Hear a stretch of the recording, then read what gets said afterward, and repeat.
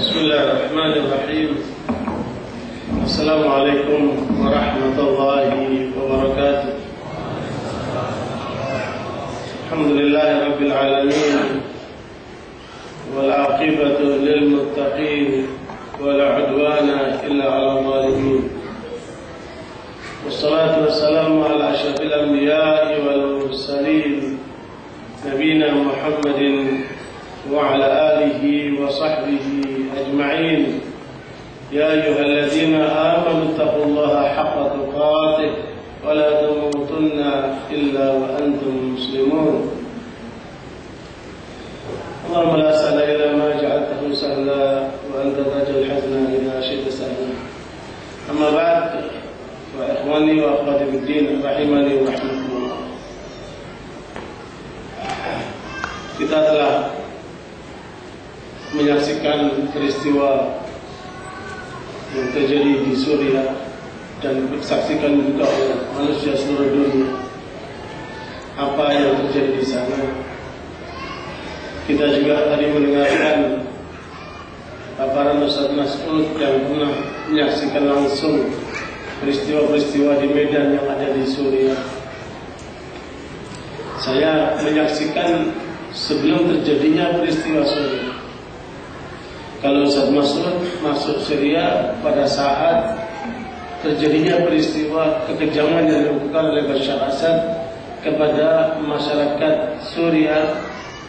Namun saya berkunjung ke Syria sebelum itu terjadi semuanya, namun gejala-gejala itu sudah nampak sekali. Dan perlu diketahui sekalian, Syria adalah salah satu bagian dari Syam. Syam ini wilayah yang diberkahi oleh Allah, yang kandungannya adalah Palestina, di sana ada Masjid Aqsa. Kemudian ada Lebanon, kemudian di sana ada Yordan dan Suriah. Alhamdulillah saya sudah masuk ke seluruh wilayah Syam ini. Saya masuk ke Palestina, saya masuk ke Lebanon dan juga masuk ke Yordan dan Suriah. Saya menyaksikan Suriah sebelum terjadi peristiwa ini. Di awal-awal pemerintahan Bashar Assad. Dan saya masuk dari Yordania. Ketika masuk di Syria itu nampak sekali rakyat yang serba ketakutan dan tentara di mana-mana dengan senjata lengkapnya, seakan-akan untuk menakuti rakyatnya. Dan jarang sekali turis yang datang ke sana, karena memang melihat realitas seperti itu tidak mendukung turis untuk datang, kecuali orang yang punya misi mau tahu ada apa dengan Syria. Kalau hanya orang mau datang berkunjung, mau lihat-lihat saja, mau menikmati alam, menikmati budaya, dia nggak akan datang dalam kondisi seperti itu, karena memang sangat mengerikan. Kemudian apa yang kita saksikan di sana memang suatu indikasi yang lebih dahsyat daripada masa-masa kita tertekan dengan Orde Baru, ya, atau orde-orde sebelumnya, sehingga kemudian terasa betul orang bicara takut, orang bertindak takut, apalagi dengan beredarnya tentara-tentara dan senjata lengkap seperti itu. Ikhwan wa akhwat, seharusnya ada 2 orang Suriah langsung dari front terdepan itu akan hadir dalam acara ini. Dijadwalkan mereka akan datang tadi malam jam 12 malam dari Malaysia. Tetapi qadarullah mereka tidak mendapat visa untuk masuk di sini, sehingga penerbangan dari Malaysia tidak bisa mengantarkan mereka masuk Jakarta, sehingga mereka tidak bisa hadir dalam acara ini. Padahal Mereka rindu sekali ketemu dengan masyarakat Indonesia.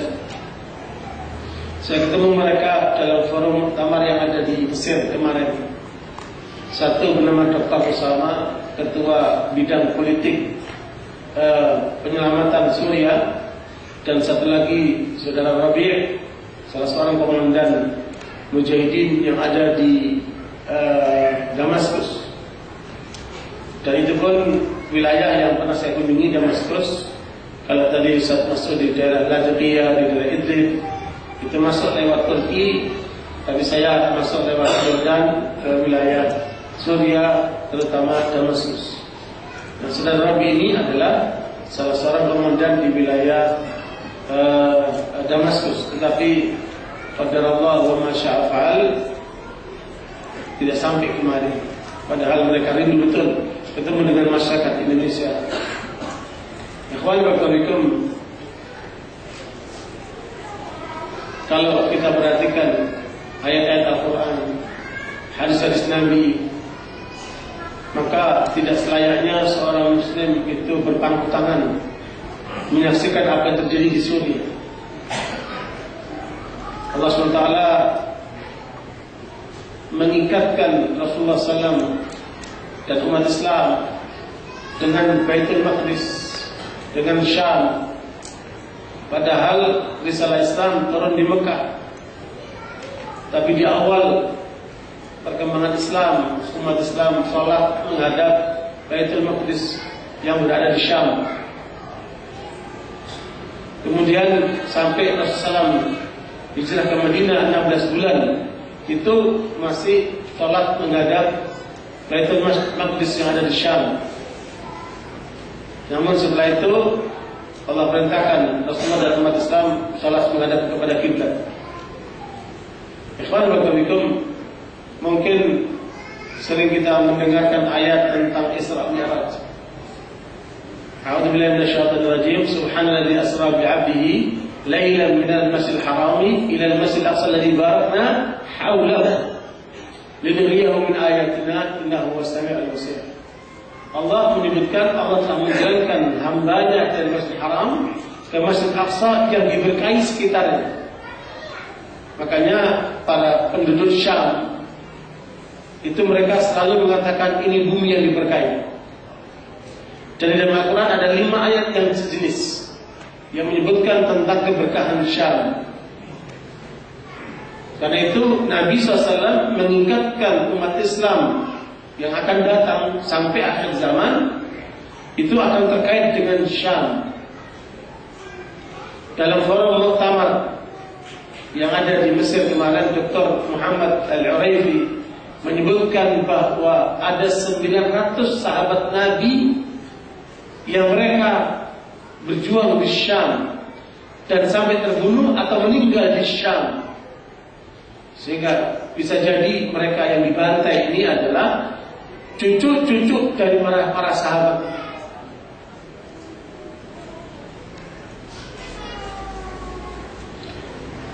Ikhwan barakallahu fikum. Apa yang terjadi di Suriah bukan seperti yang dikatakan orang itu. Ini adalah masalah politik, ini adalah masalah konflik lokal, ini adalah masalah dalam negeri.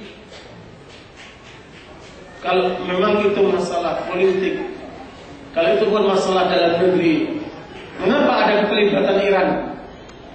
Dengan segala kekuatannya, mereka mengirim pasukan tidak kurang dari 40.000. Mereka mengirim senjata yang tidak sedikit. Mereka mengirim dana yang jumlahnya miliaran dolar. Kemudian, mengapa kemudian Hizbullah turun dengan minimal 20.000 pasukannya untuk membela Bashar Assad, mengusir para mujahidin di daerah Qusair?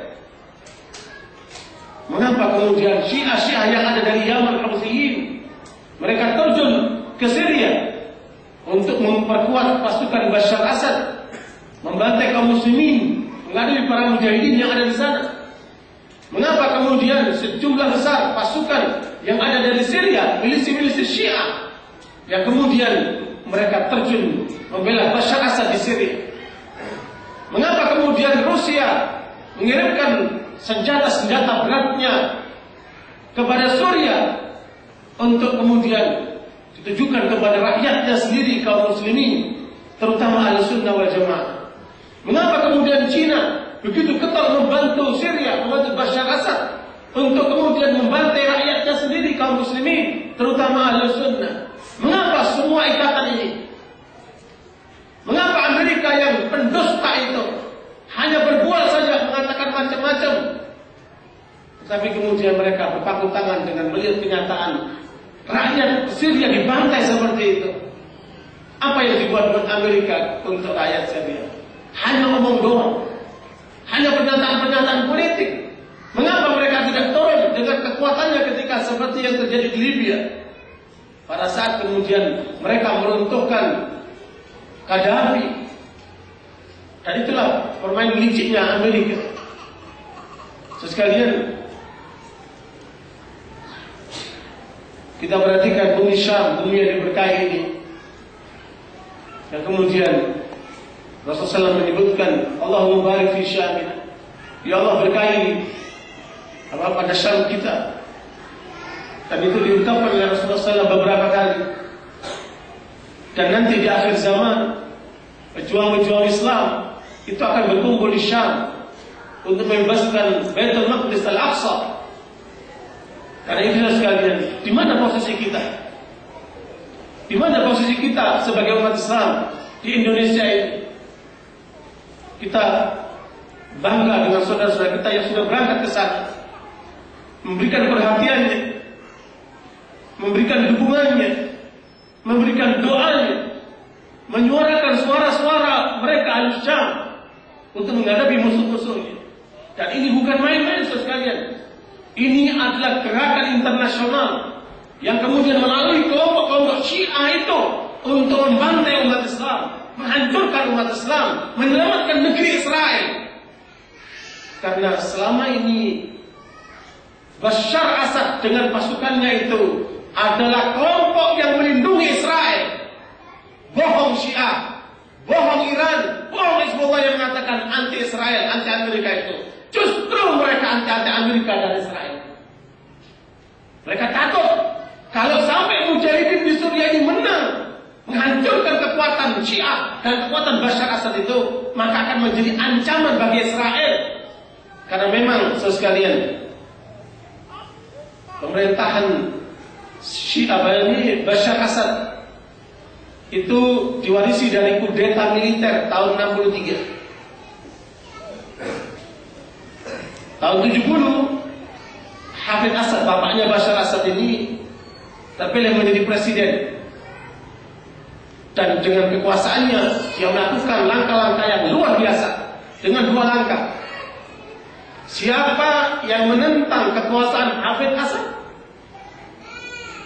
akan mengalami 2 langkah. Langkah pertama, pembumian-hangusan wilayahnya. Langkah yang kedua, potong lehernya. Dan berapa banyak kaum muslimin yang ada di Suriah yang mengalami derita kejahatan bapaknya, terutama di daerah Hama.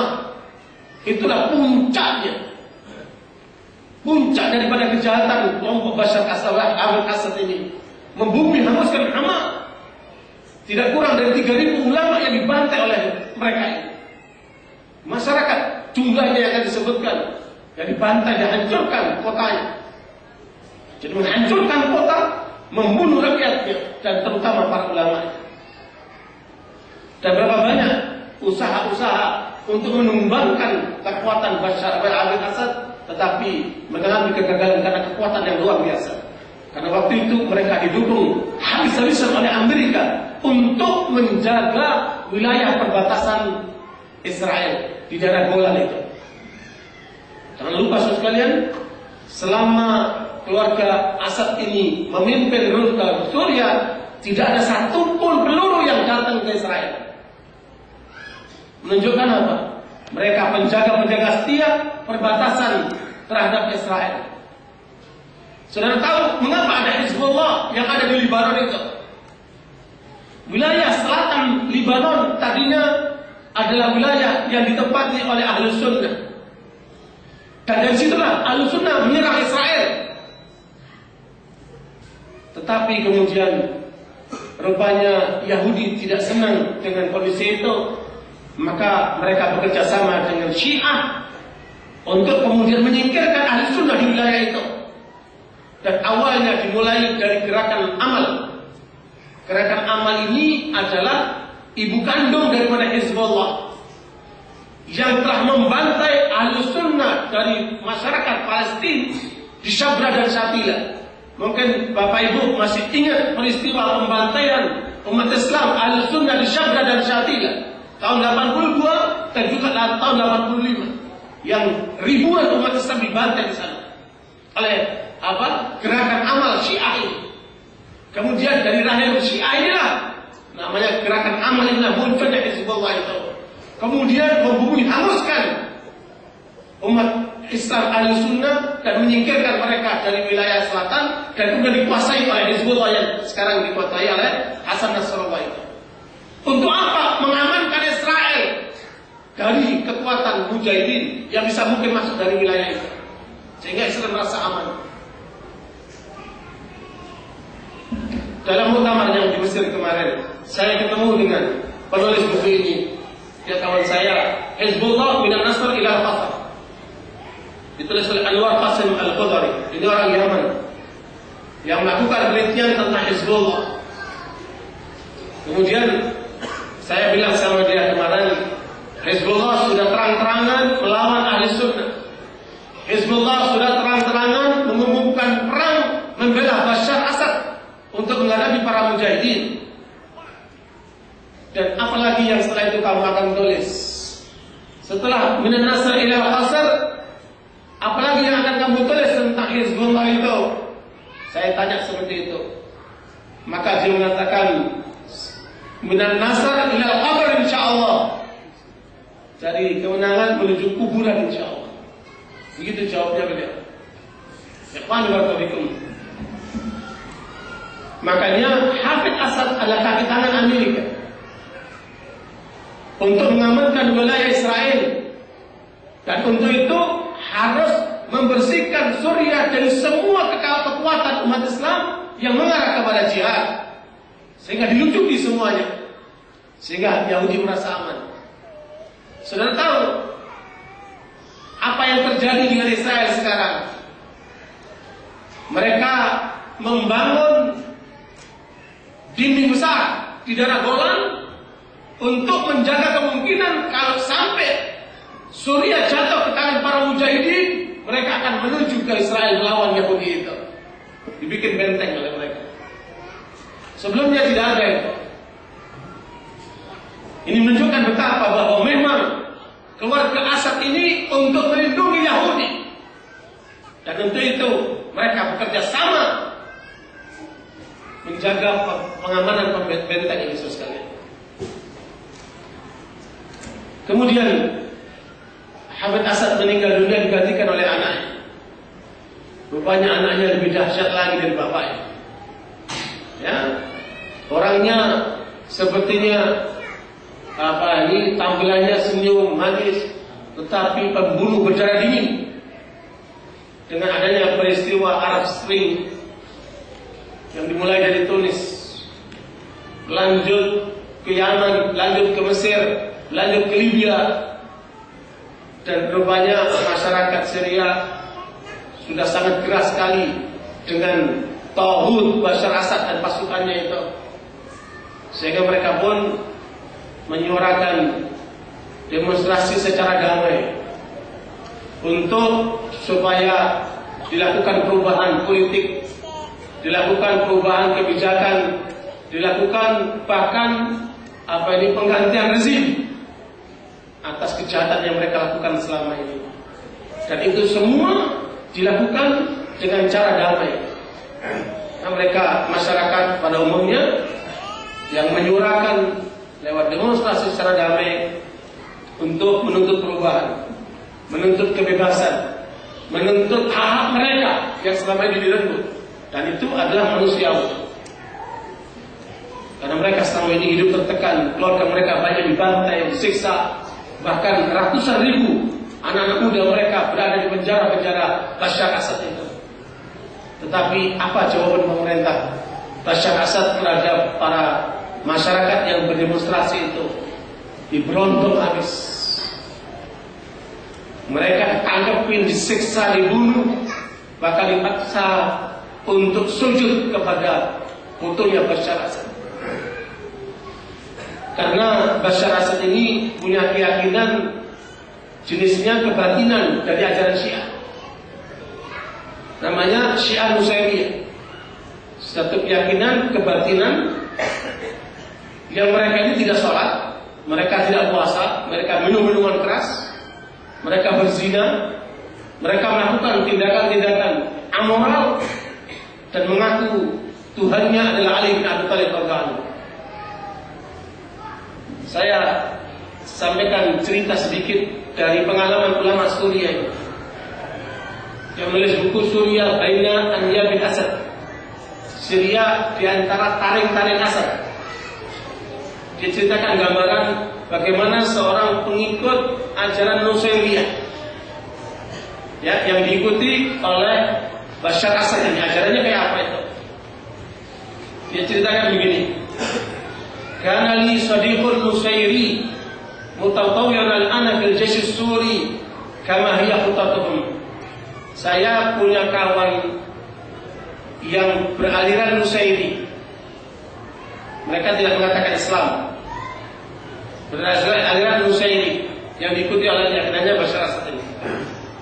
Sekarang dia menjadi sukarelawan dalam tentara Syria, sebagaimana rancangan kelompok Nusairi untuk menguasai tentara di Syria.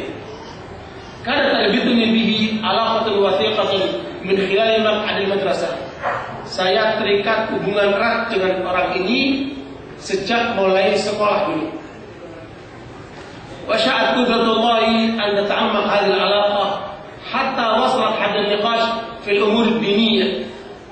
Allah mentakdirkan sampai begitu dalamnya hubungan kami berdua sehingga sampailah pada pembicaraan tentang masalah-masalah agama. Fada'autuhu ila al-masjid fi shalah ma'i wal iltiqa' bil ikhwa fihi. Aku ajak dia untuk ke masjid supaya kita salat bersama saya dan bertemu dengan saudara-saudara yang ada di dalam masjid. Taraddada li awwali wahla. Pertama kali dia ragu-ragu orang Nusairi ini.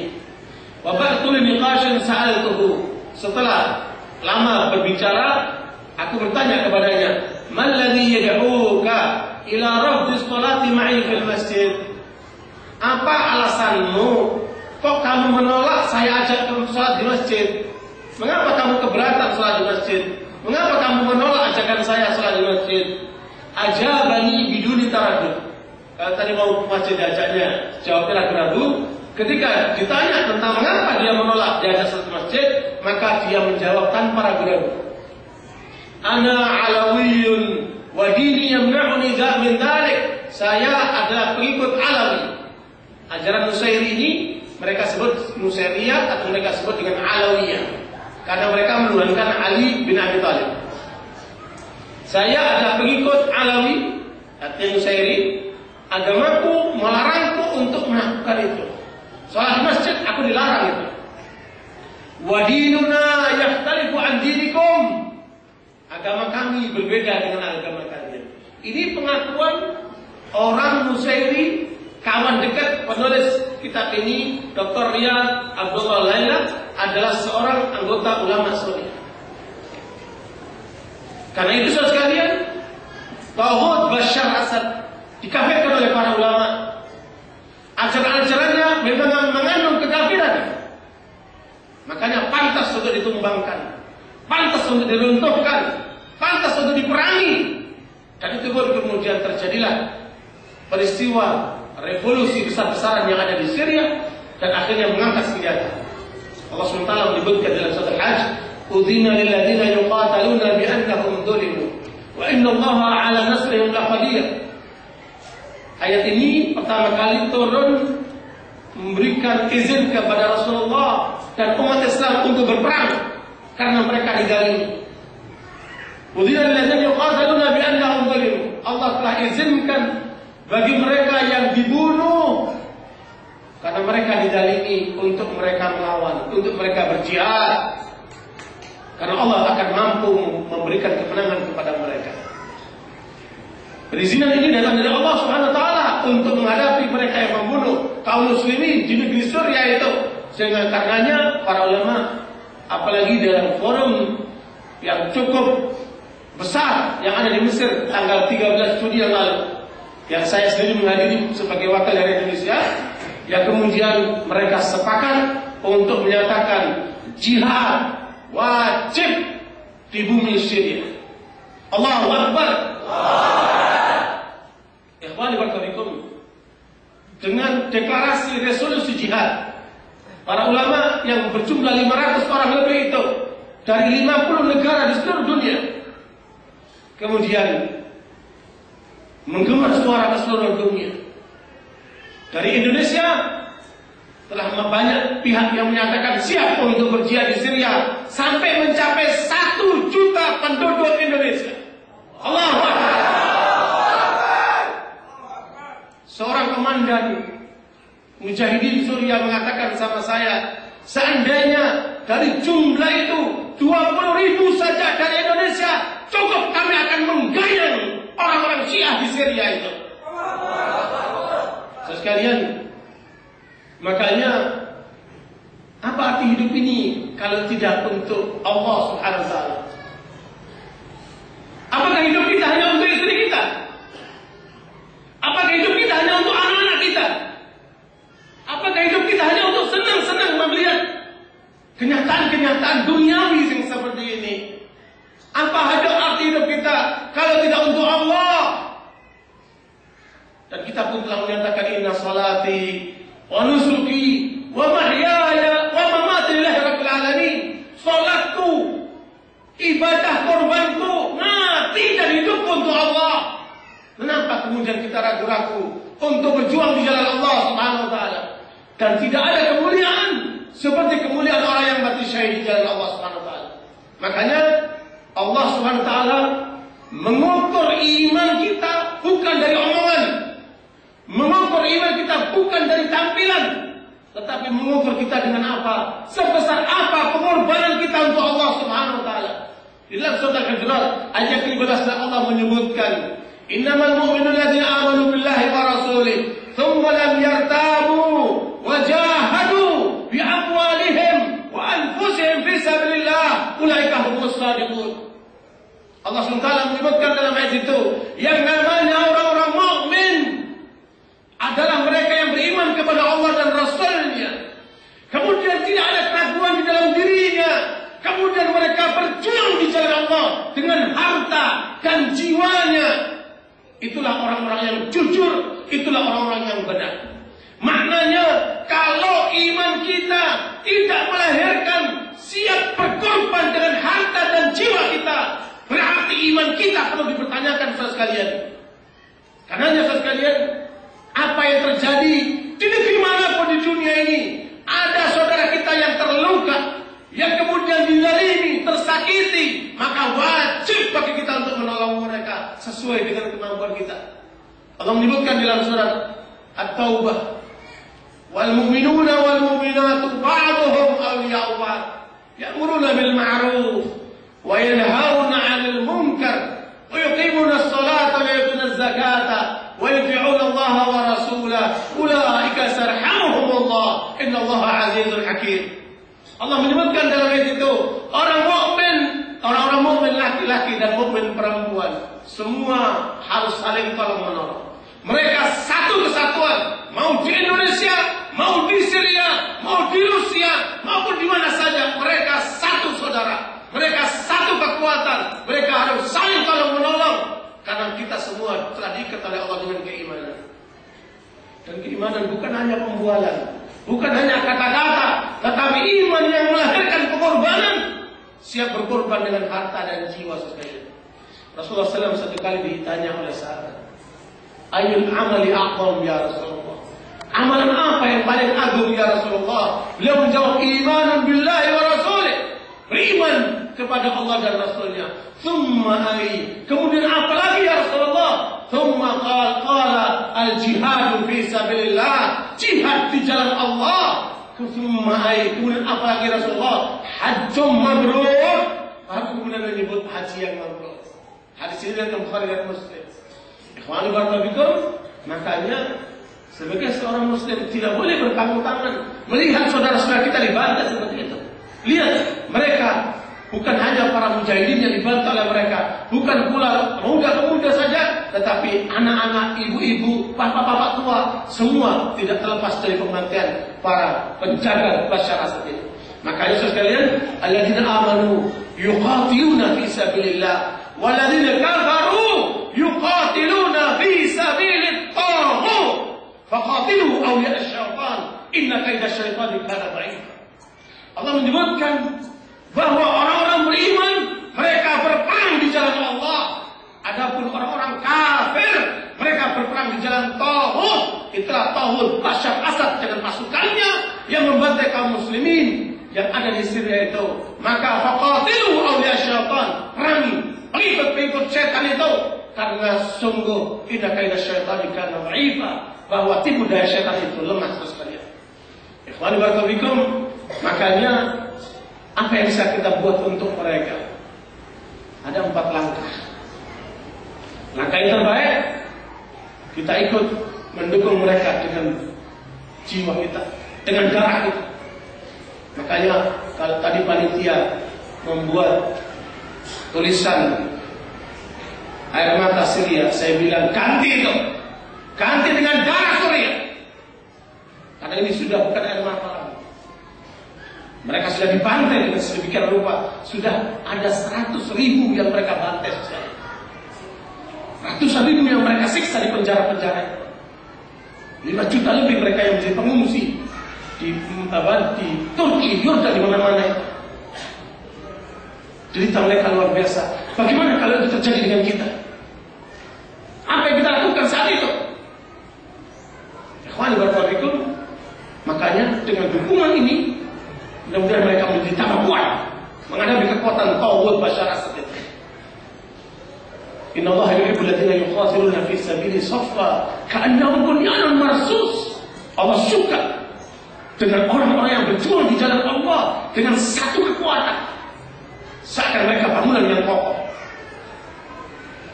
Dan ini harus kita upayakan terus-menerus untuk menekan masyarakat Indonesia dan pemerintah Indonesia agar bersuara membela rakyat Suriah itu. Sampai sekarang kita tidak terdengar suara Indonesia di dalam pembelaannya terhadap rakyat Suriah itu saja. Kita harus suarakan itu. Ini adalah langkah pertama yang bisa kita tempuh sesuai dengan kemampuan masing-masing. Fattaqullaha mastata'tum. Dan itu telah difatwakan ulama seluruh dunia yang berkumpul dalam pertemuan yang saya hadiri di Mesir. Kemudian yang kedua, kalau memang tidak bisa berangkat ke sana, maka jangan kamu beli dengan harta. Bantulah sesuai kemampuan kita untuk mendukung perjuangan saudara kita di sana. Karena sekalian kata Imam Adz-Dzahabi rahimahullah, di dalam sesuai dengan apa? Penjelasan surat Al-Hujurat ayat 15 yang saya bacakan tadi, bahwa orang mukmin harus siap berkorban dengan harta dan jiwanya. Maknanya, kata Imam Adz-Dzahabi rahimahullah, seorang mukmin harus dermawan, seorang mukmin harus pemberani. 2 sifat itu harus ada dalam diri orang mukmin. Dia harus dermawan dan dia harus pemberani. Dan itulah yang dimiliki oleh para sahabat radhiyallahu. Sampainya Islam itu ke negeri kita ini. Kalau tanpa 2 ini, nggak mungkin Islam itu sampai ke negeri kita. Dan tanpa 2 ini, nggak mungkin kita sampai ke Syria. Karena itu saudara sekalian, kalau memang tidak bisa dengan cara pertama, kita tempuh dengan cara yang kedua. Kumpulkan dana sebanyak mungkin untuk kita kirim ke sana. Dan alhamdulillah kawan-kawan kita sudah beberapa kali mengantarkan itu ke sana. Dalam muktamar ulama dunia di Mesir, mereka menyepakati minimal 3 hari. Ya. 11 rekomendasi disampaikan lewat forum itu dan kemudian menyebar ke seluruh dunia, bisa diakses di internet. Tetapi di dalam forum itu yang tidak terungkap di media massa, dan itu akan saya sampaikan hari ini, ada 3 poin utama. Bahwa poin utama akan dibentuk front yang langsung dipimpin oleh para ulama untuk jihad di sini, dan itu dipimpin oleh Dr. Sofwan, ya, Wakil Ketua Rabita Ulama Kaum Muslimin. Dan untuk itu seluruh mereka yang tergabung dalam mujahidin yang dipimpin ulama ini akan menuju ke Syria. Kemudian yang kedua, harus diupayakan oleh umat Islam seluruh dunia untuk mendukung perjuangan di Syria sampai angka $1 miliar. Ya, Iran saja sudah menurunkan $5 miliar untuk mendukung Bashar Assad. Dari umat Islam dituntut seluruhnya $1 miliar akan mendukung perjuangan kaum muslimin di Syria. Mudah-mudahan dari Indonesia cukup banyak bisa terkumpul untuk bisa dikirim ke sana. Kemudian ketiga, ada gerakan lobby politik yang akan langsung dipimpin oleh Dr. Yusuf Qaradawi untuk melakukan pendekatan kepada seluruh pemerintah Arab, Islam maupun kafir buat menekan secara politik terhadap kekuatan Bashar Assad. Dan inilah yang sekarang sedang diadakan, sedang dijalankan untuk kemudian melakukan langkah-langkah pembelaan kepada saudara kita yang ada di Syria. Untuk kita, yang kedua adalah mencoba mengumpulkan dana seperti sekarang ini. Alhamdulillah anak-anak muda telah bergerak di 35 titik di seluruh Indonesia mengumpulkan dana melalui tablik-tablik akbar, melalui donasi-donasi yang kemudian disalurkan kepada Syria. Kemudian yang ketiga, kita harus menyuarakan tragedi Syria ini di mana-mana. Jangan ada diam, bicaralah di mana-mana untuk memberikan pertolongan kepada saudara kita di Syria lewat pernyataan kita, lewat ceramah-ceramah kita, lewat ucapan kita, lewat diskusi kita. Jangan diam. Oh, ini adalah kejahatan Syiah. Oh, ini adalah kejahatan internasional untuk menghancurkan umat Islam. Bahkan para ulama di Mesir itu telah mengatakan bahwa perjuangan di Syria adalah untuk menghancurkan Islam. Nah, mereka berjuang Syiah, Iran, Bashar Assad, Hezbollah, Irak, kemudian Syiah Yaman didukung dengan Rusia, Cina, semua bermaksud untuk menghancurkan Islam. Makanya Syekh Qurain, ketua ulama Suriah yang agak tua itu mengatakan, saudara-saudara, kalau saja perjuangan yang di Syria itu gagal menghadapi kekuatan-kekuatan musuh itu, jangan disalahkan anak cucu kalian akan menjadi Syiah. Dan kita sekarang lihat bagaimana perkembangan Syiah di Indonesia sangat mengerikan. Sementara umat Islam lalai, tokoh-tokoh Islam abai, dan mereka terus bergerak mensyiahkan saudara-saudara kita di kampung-kampung. Bahkan laporan dari Bangka kemarin, 1 desa masuk Syiah semuanya. Ikhwan barakallahu, maka kali ini dibiarkan, maka bisa jadi api yang menyala-nyala di Timur Tengah itu bisa pindah ke Indonesia, sebagaimana sudah terjadi di Sampang itu. Makanya pemerintah tidak boleh terlambat untuk menangkal semua ini. Oh, ini adalah kita bermain api, jangan main-main. Karena Syiah ini ideologi, dan ideologi Syiah tidak akan berhenti sebelum mereka meraih negara. Karena saudara sekalian, inilah yang sedang diupayakan oleh mereka untuk meraih Syria, menguatkan Bashar Assad dengan segala kekuatannya. Dan kita tidak boleh berpangku tangan hanya menonton. Paling tidak kita suarakan dengan nada kita, dengan suara kita, supaya kita memberikan kontribusi untuk mereka. Kalau memang kita tidak punya uang, tolong mereka yang punya uang untuk supaya mereka mengeluarkan hartanya. Kalau kita berfisik lemah, tolong mereka yang kuat fisiknya itu untuk mendukung perjuangan di Syria. Man jahaza ghaziyan faqad haza. Kata Rasulullah, siapa yang menyiapkan seorang pejuang untuk berperang, maka orang yang menyiapkan itu sama seperti orang yang berperang. Dan di dalam hadis Muslim Rasul mengatakan, man lam yaghzu wa lam yuhaddith nafsahu bil ghadw mata ala syu'batin minan nifaq. Kalau ada orang muslim yang tidak pernah berperang di jalan Allah dan tidak pernah mengatakan dalam dirinya, kalau ada kesempatan berperang, saya akan berperang, tidak mengatakan sama dirinya seperti itu, maka orang yang seperti ini kalau mati di atas kemunafikan. Dan kita tidak mau tentunya mati di atas kemunafikan. Paling tidak mengatakan sama dirinya, kalau ada kesempatan saya harus tolong ke tempat itu untuk membela Allah Subhanahu wa taala. Ikhwani barakallahu, makanya inilah yang perlu kita lakukan. Dan paling terakhir adalah doa. Yang keempat, paling terakhir adalah doa. Tetapi jangan Anda sepelekan doa kita.